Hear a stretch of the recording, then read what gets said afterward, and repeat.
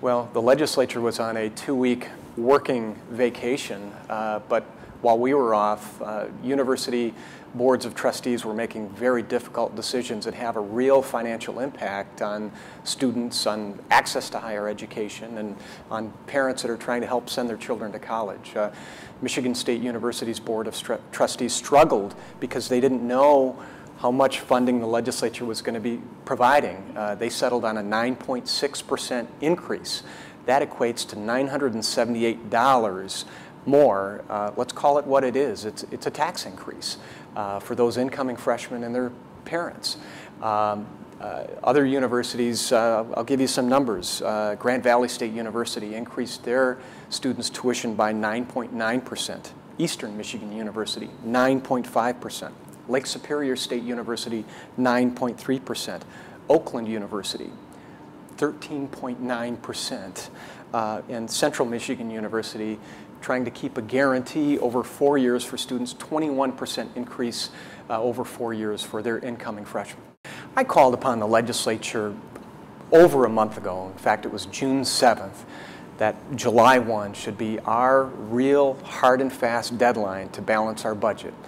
Let's be clear, universities, school districts, most municipalities have July 1 as a fiscal year, and they expect the legislature to do its job.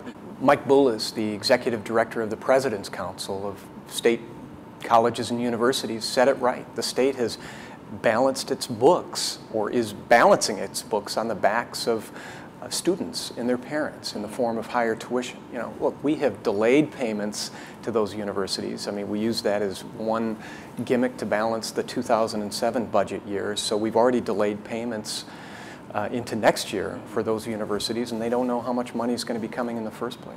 There's time, but you know, to be responsible, we should have passed our budget, you know, 3 weeks ago. But that being said, we need to act quickly. Other universities are hedging their bets. They're waiting. They're holding their breath, waiting for the legislature to do the right thing. I mean, let's be clear. In February, Governor Granholm presented a balanced budget.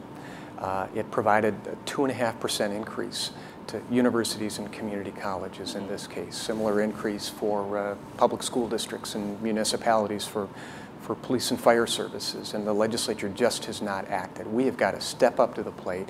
We should not play a waiting game. We should not you know, continue to balance the state's budget on the back of these students, many of whom literally are making a decision about whether they can afford to go to college or not.